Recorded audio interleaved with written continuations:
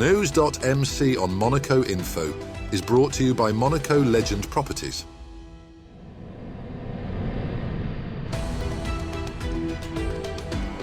Bringing you news on Monaco's economy, culture, sports and more. Welcome to NEWS.MC, your English rendezvous on Monaco Info. Coming up on NEWS.MC, discover past week's top stories and meet the people who make Monaco. Hello, my name is Guillaume Rose. I'm the CEO of the Monaco Economic Board. You are watching NEWS.MC on Monaco Info. What's been making headline in the past week? Monaco's economy experienced strong growth in 2023, with GDP rising to 9.24 billion euros, a 5% increase from 2022.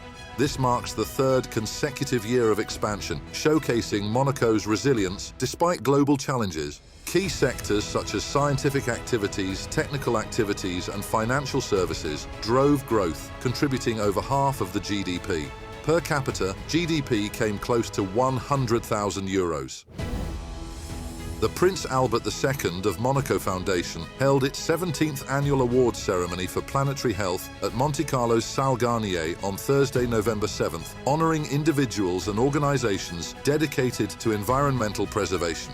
His Serene Highness Prince Albert II emphasised collective action and the need for continuous innovation in tackling climate challenges. This year's laureates included the Juma Institute for Amazon Protection, Professor Lydia Maraska for her work on air quality, and Nature Metrics for pioneering biodiversity data collection. The event also highlighted the Foundation's support for young environmental leaders through partnerships like the IPCC Scholarship Programme and Regeneration, promoting collaboration and innovative solutions for future sustainability.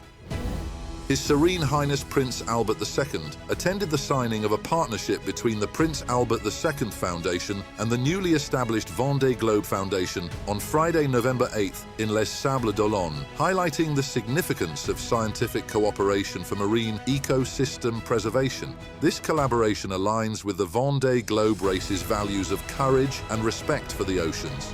The partnership includes fostering sustainable practices and supporting young leaders through shared initiatives. His Serene Highness Prince Albert II, now Honorary President of the Foundation, joins efforts to advance conservation projects guided by a scientific council led by Dr. Frank Zal. Boris Herrmann, a member of the Yacht Club de Monaco, has taken on the 10th edition of the Vendée Globe, beginning on Sunday, November 10th, in Les Sables d'Olonne. His Serene Highness Prince Albert II, YCM President Pierre Casiraghi and YCM General Secretary Bernard D'Alessandri were present to support him. Herrmann, aboard the Monaco-flagged IMOCA Malizia Sea Explorer, joins 40 sailors in this non-stop, solo and unassisted 24,300 nautical mile journey that rounds the iconic capes of Good Hope, Leeuwin and Horn. Previously finishing 5th in 2020, Herrmann remains enthusiastic about this formidable challenge. His vessel, launched in 2022 after 45,000 hours of construction, will be equipped with an ocean pack to collect vital marine data, aligning with Monaco's commitment to marine science and sustainability. Monaco marked the 1918 Armistice with a commemorative ceremony on Monday, November 11th, attended by members of the Municipal Council, Minister of State Didier Guillaume, and other high-ranking officials.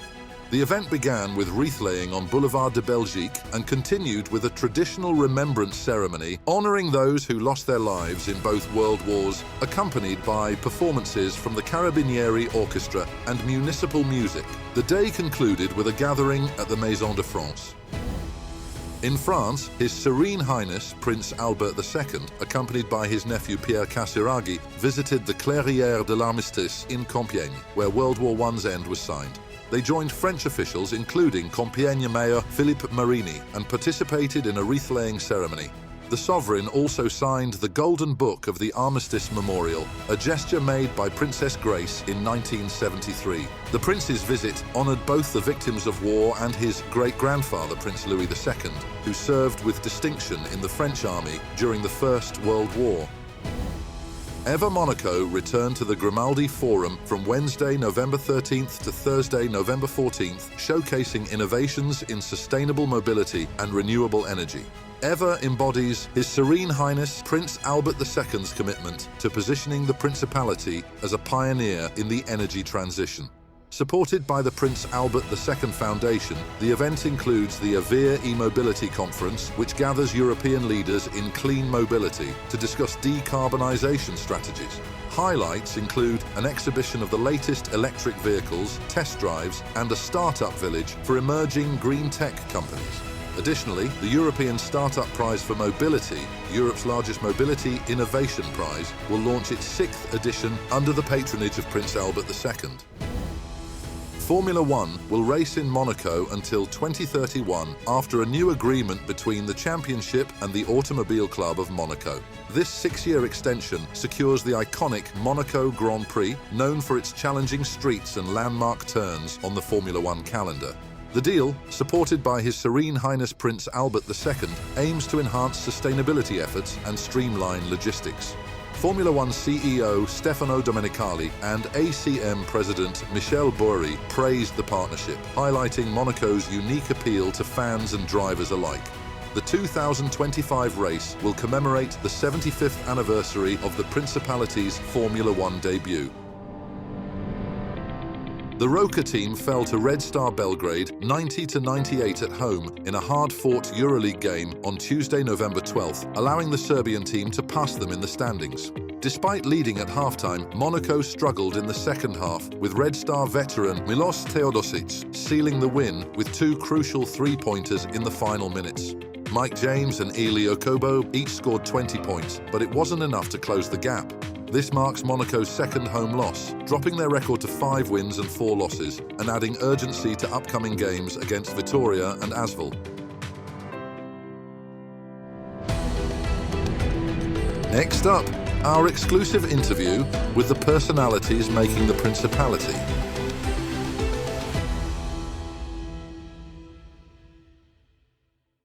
Hello, my name is Guillaume Rose. I'm the CEO of the Monaco Economic Board. I was born and raised in Monaco, of course. I worked 5 years in Paris. Then I came back to Monaco. I was 26 to work for SBM. I stayed there until I became head of tourism board of Monaco. Then I became a civil servant. It was in 2011. And I stayed there until 2017. I had the occasion to meet, and it was one of the great encounters of my life, to meet Stéphane Valéry. And Stéphane Valéry asked me in 2001 if I was interested in joining the political party that he was forming. In 2013, I ran for the elections with Jean-François Robillon. So we lost because at that time Laurent Nouvion won. I've been appointed head of the committee for environment. I ran again for the elections, and now I'm the head of the Culture Committee.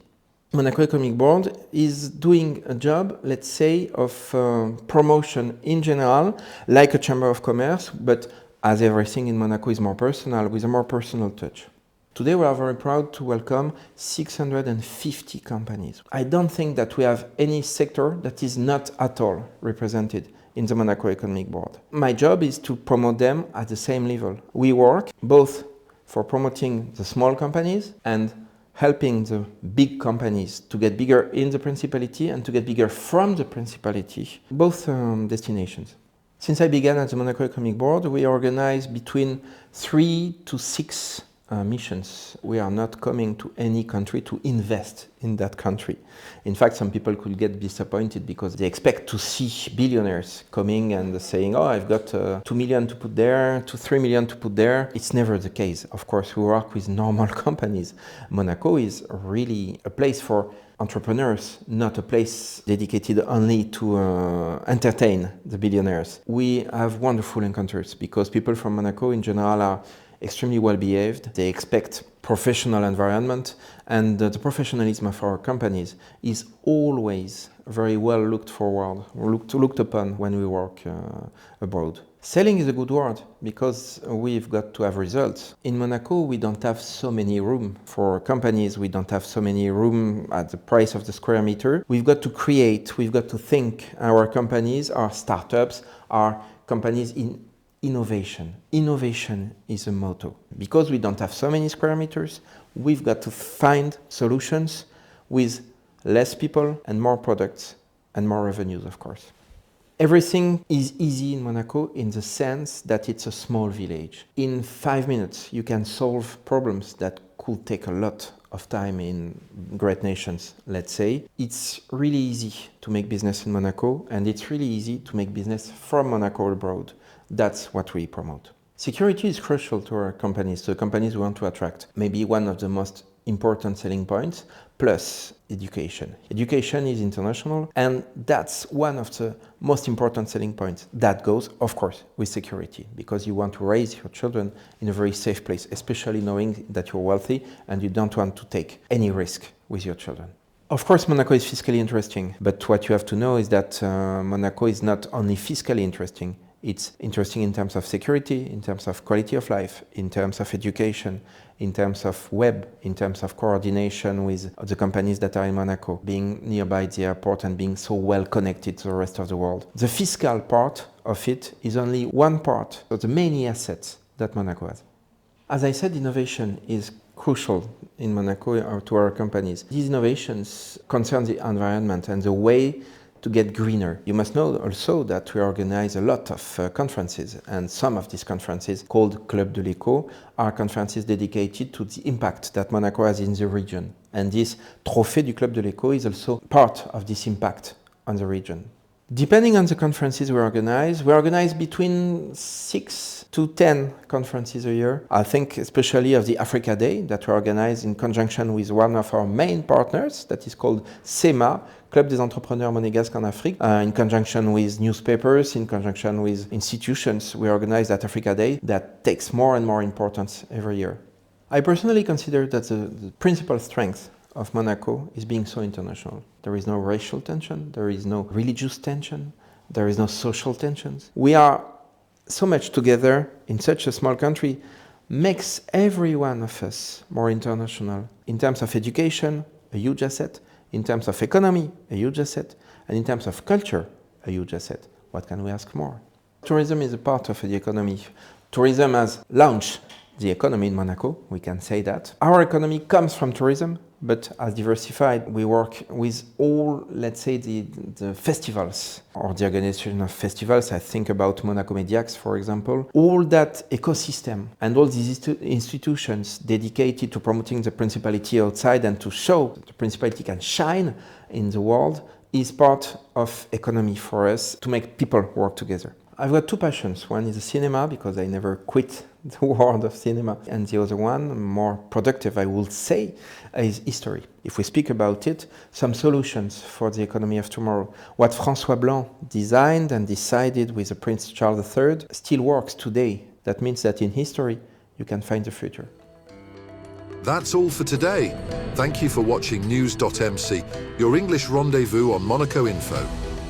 Discover the full interview and more stories on our websites, News.MC and MonacoInfo.com. Next week we will receive Joël Bachelon, General Secretary of FCEM. This show is intended to provide a summary of the past week's top stories for the English-speaking audience. For daily and real-time news updates in English, please visit News.MC and subscribe to our free daily newsletter. For French news, visit MonacoInfo.com. This show was brought to you by Monaco Legend Properties.